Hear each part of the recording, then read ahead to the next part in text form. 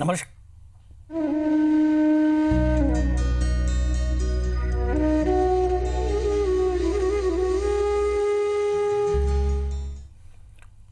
नमस्कार, मैं हूं पीएस त्रिपाठी और आप देख रहे हैं हमारा विशेष कार्यक्रम सितारे हमारे। आप सभी दर्शकों का इस कार्यक्रम में स्वागत है। आज हम बात करेंगे नवरात्रि की। आज से शुरू होने वाली गुप्त नवरात्रि की चर्चा करेंगे। हम चर्चा करेंगे कि इन दिनों माँ भगवती को आप कैसे प्रसन्न कर सकते हैं। इसके अलावा आपके फ़ोन कॉल्स होंगे, आप सीधे फ़ोन करके अपने प्रश्न पूछ सकते हैं। हमारा फ़ोन नंबर है 0771400877। अब से आधे घंटे तक लगातार ये फ़ोन लाइन खुली रहेगी और हमें आपके फ़ोन का इंतज़ार रहेगा। तो चलिए इस प्यारी सी गुजारिश के साथ अब जान लेते हैं आज का पंचांग। आज शब संवत 2076 शक 1941 सूर्य उत्तरायण का आज आषाढ़ महीने की शुक्ल पक्ष की प्रतिपदा तिथि है और दिन बुधवार। आज प्रतिपदा रात्रि को 10:56 तक, आर्द्रा नक्षत्र दिन को 7:32 तक। आज चंद्रमा मिथुन राशि में होंगे। आज का राहु काल 12:08 से 1:48 तक होगा। तो दोस्तों ये तो था पंचांग और अब बात करते हैं आषाढ़ीय गुप्त नवरात्रि की। आज से आषाढ़ीय गुप्त नवरात्रि शुरू हो रही है। गुप्त नवरात्रि में 9 देवियों की बजाय 10 महाविद्याओं की उपासना की जाती है। गुप्त नवरात्रि में भगवती की उपासना होती है और ये साल में 4 बार नवरात्रि आती है। इसमें नवरात्रि साल के 4 माह पौष, चैत्र, आषाढ़ और आश्विन में होती है। चारों ही नवरात्रि ऋतु के परिवर्तन के समय मनाई जाती है।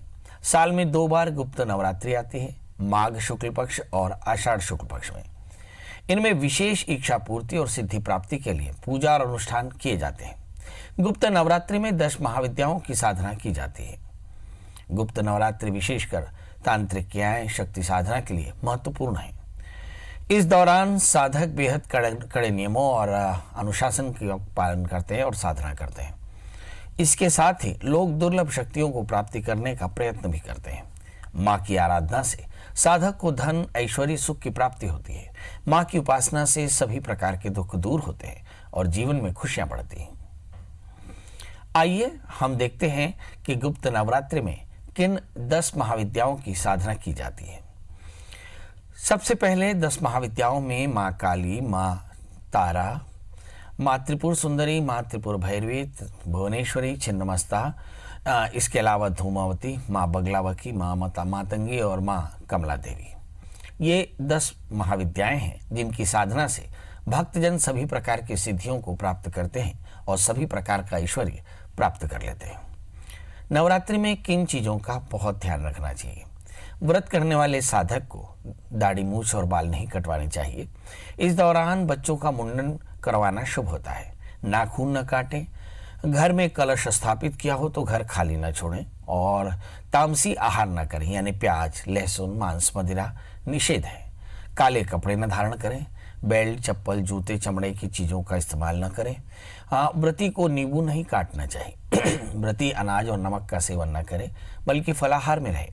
खाने में कद्दू का, कूटू के आटा का और साथ में सुमारी के चावल, सिंघाड़े का आटा, साबूदाना, सेंधा नमक, फल, आलू, मेवे, मूंगफली खा सकते हैं।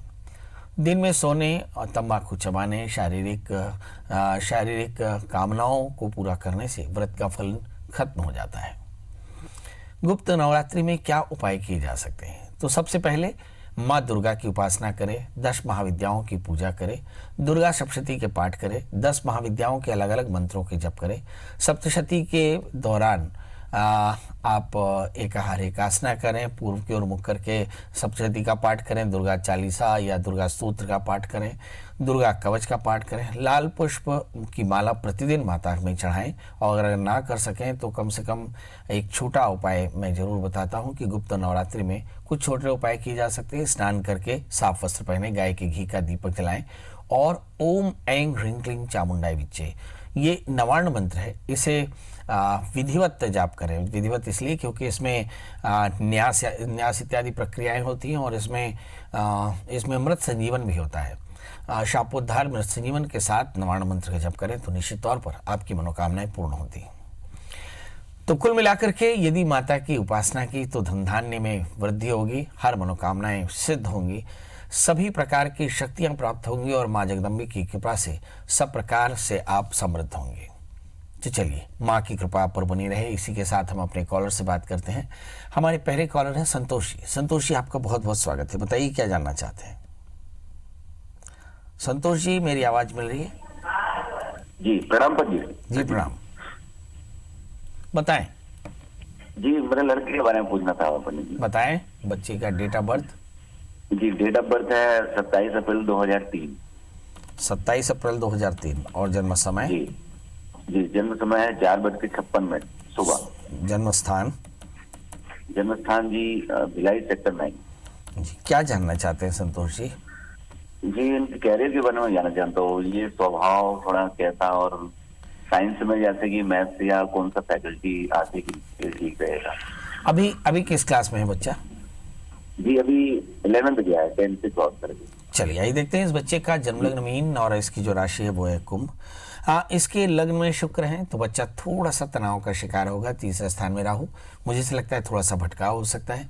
मैथ्स और फिजिक्स जैसे सब्जेक्ट थोड़े से कमज़ोर हो सकते हैं। मतलब बहुत साफ तौर पर अगर ये साइंस लेता है तो इसे बायोलॉजी लेना चाहिए, अदरवाइज ये कॉमर्स ले सकता है।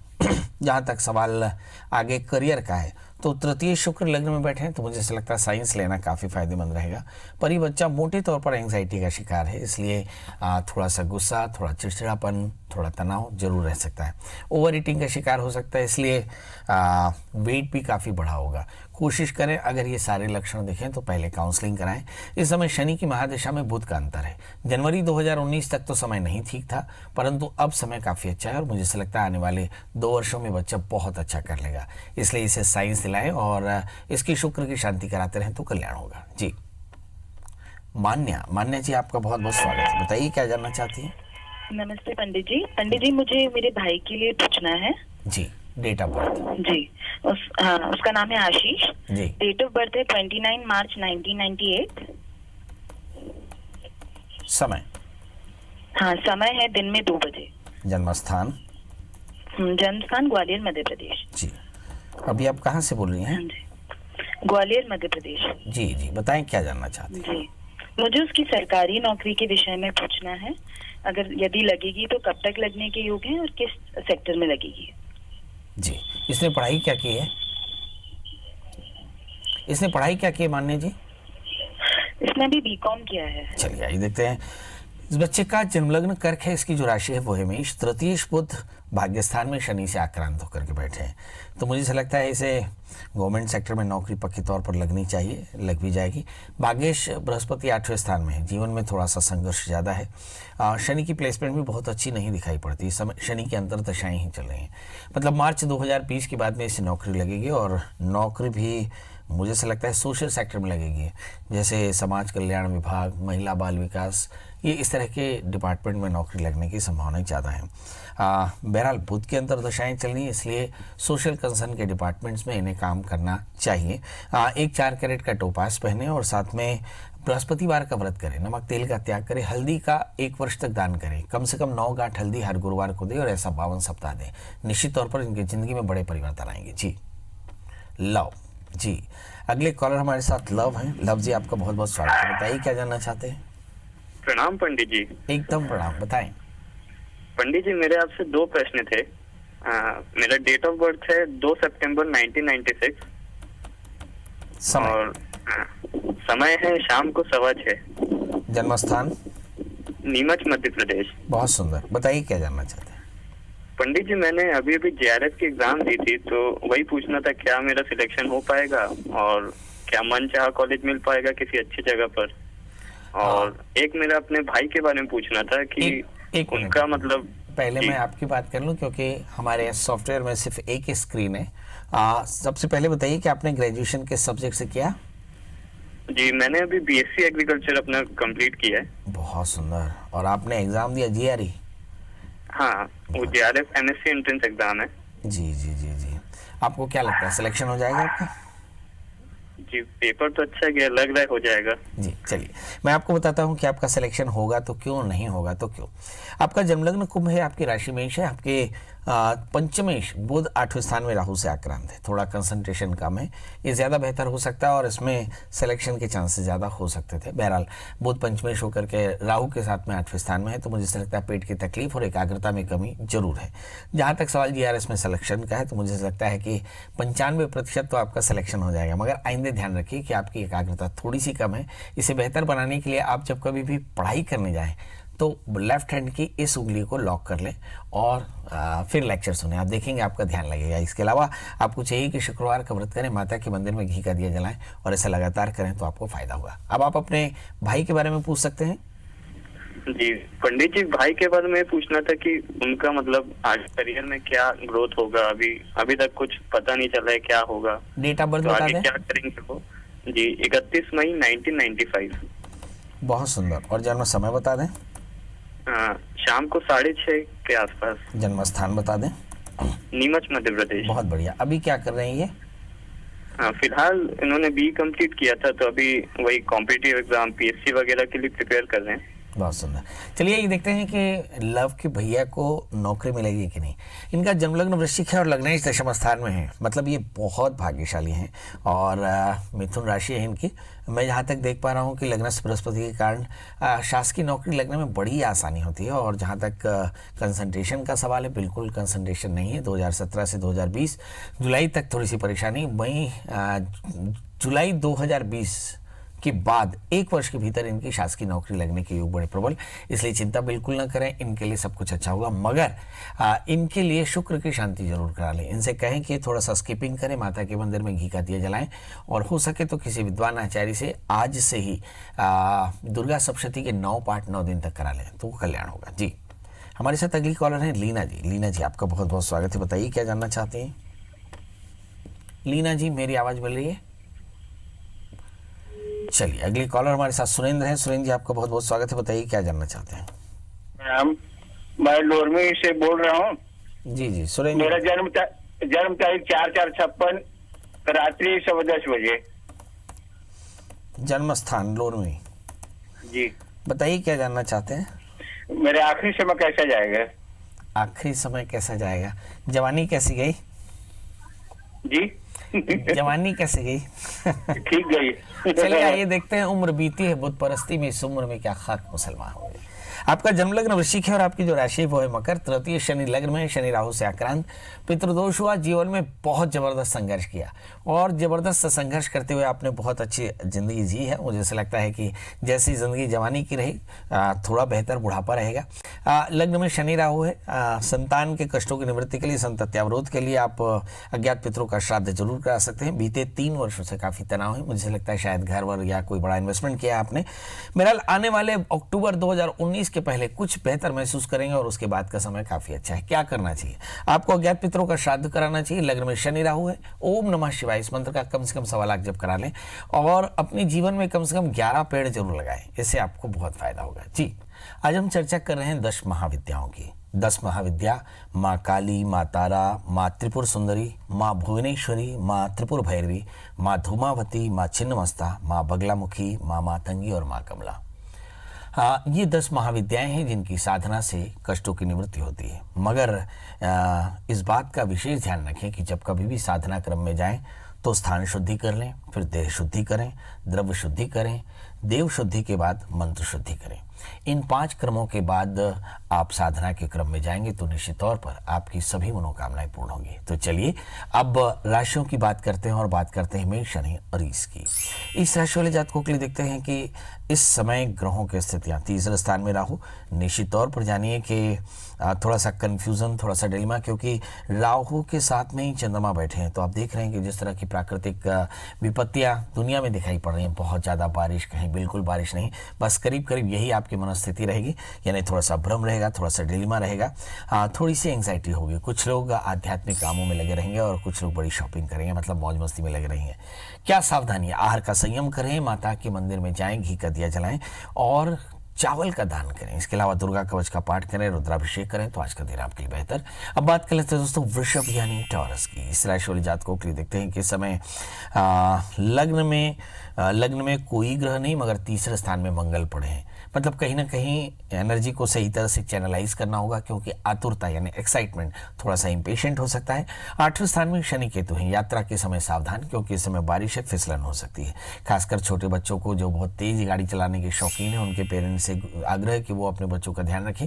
दूसरे स्थान में राहु पड़े हैं। संपत्ति के विवादों से अपने आप को बचाकर चलें और किसी भी प्रकार का डॉक्यूमेंटेशन बड़ा सावधानी से करें, बहुत जरूरी होगा। 7वें स्थान में बृहस्पति। अच्छे दोस्तों के साथ में आप बिजनेस का एक्सटेंशन कर सकते हैं। क्या करें?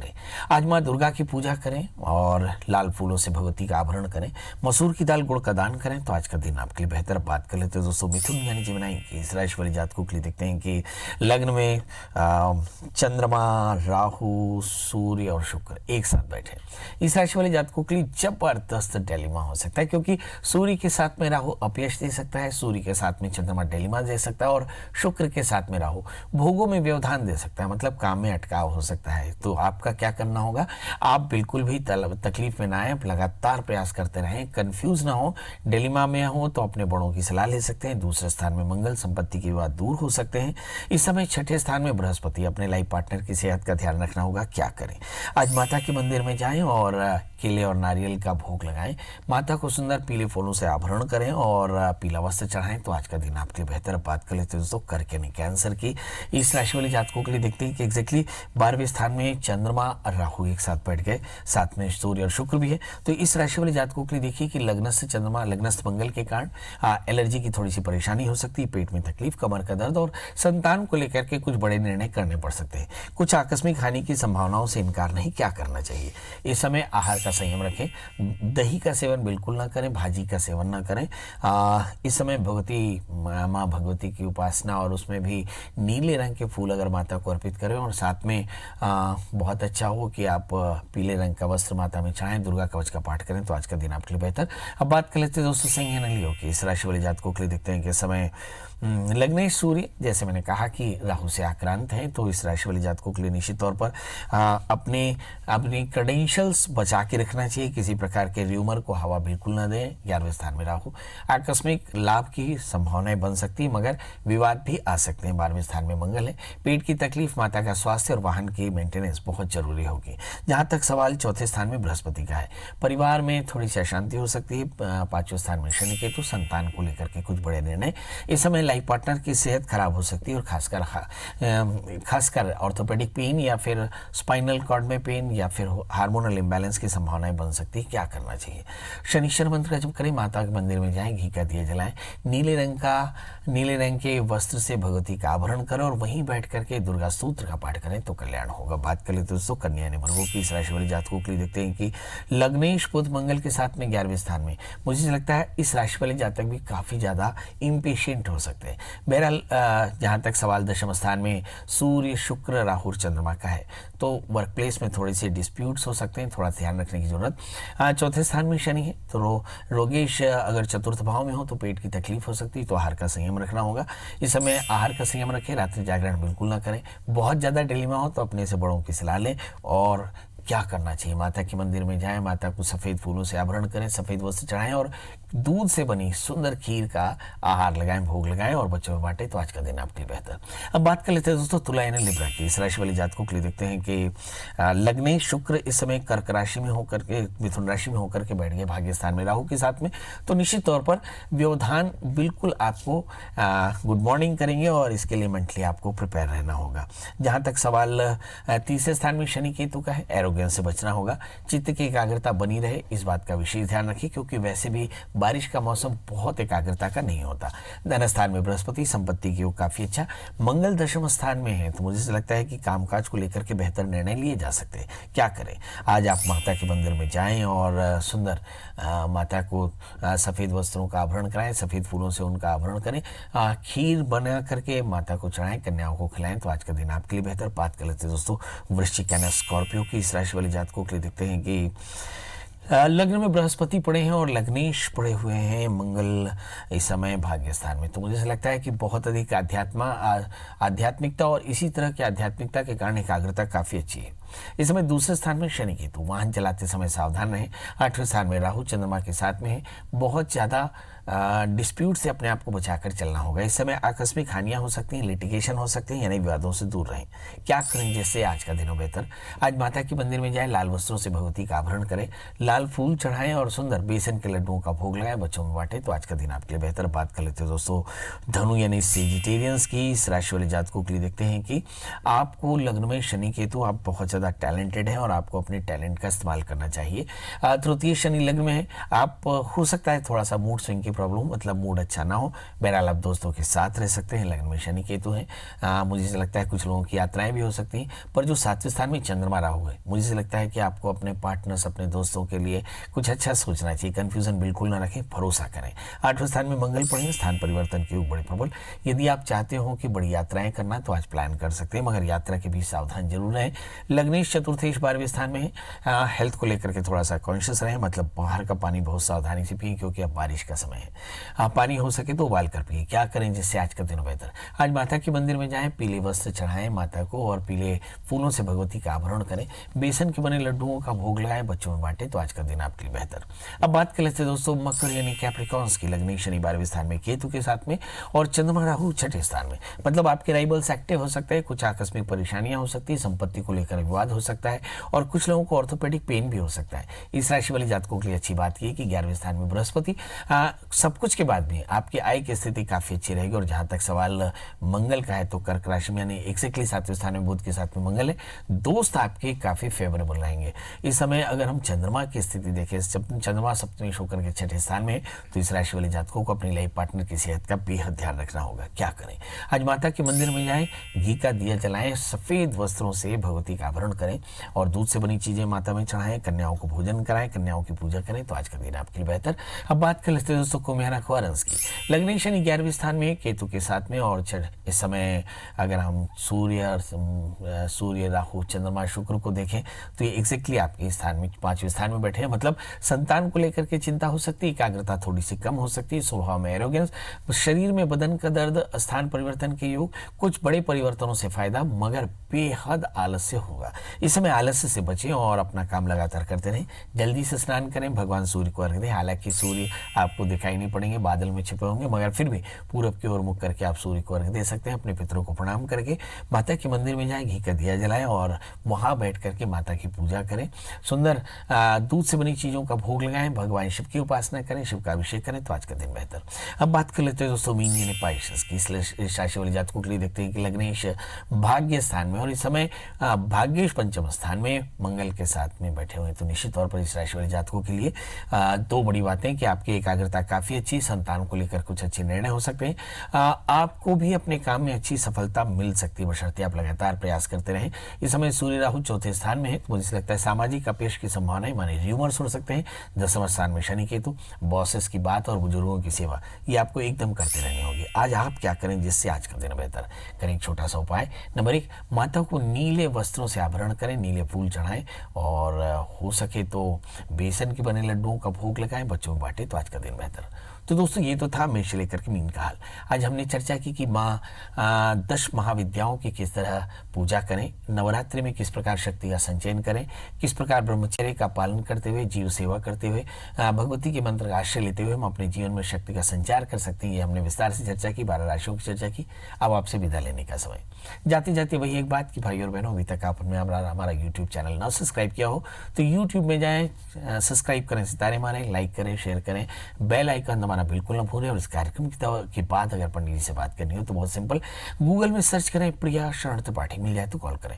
दोस्तों कल हम फिर मिलेंगे किसी नए विषय के साथ, तब तक मुझे दी इजाजत, नमस्कार।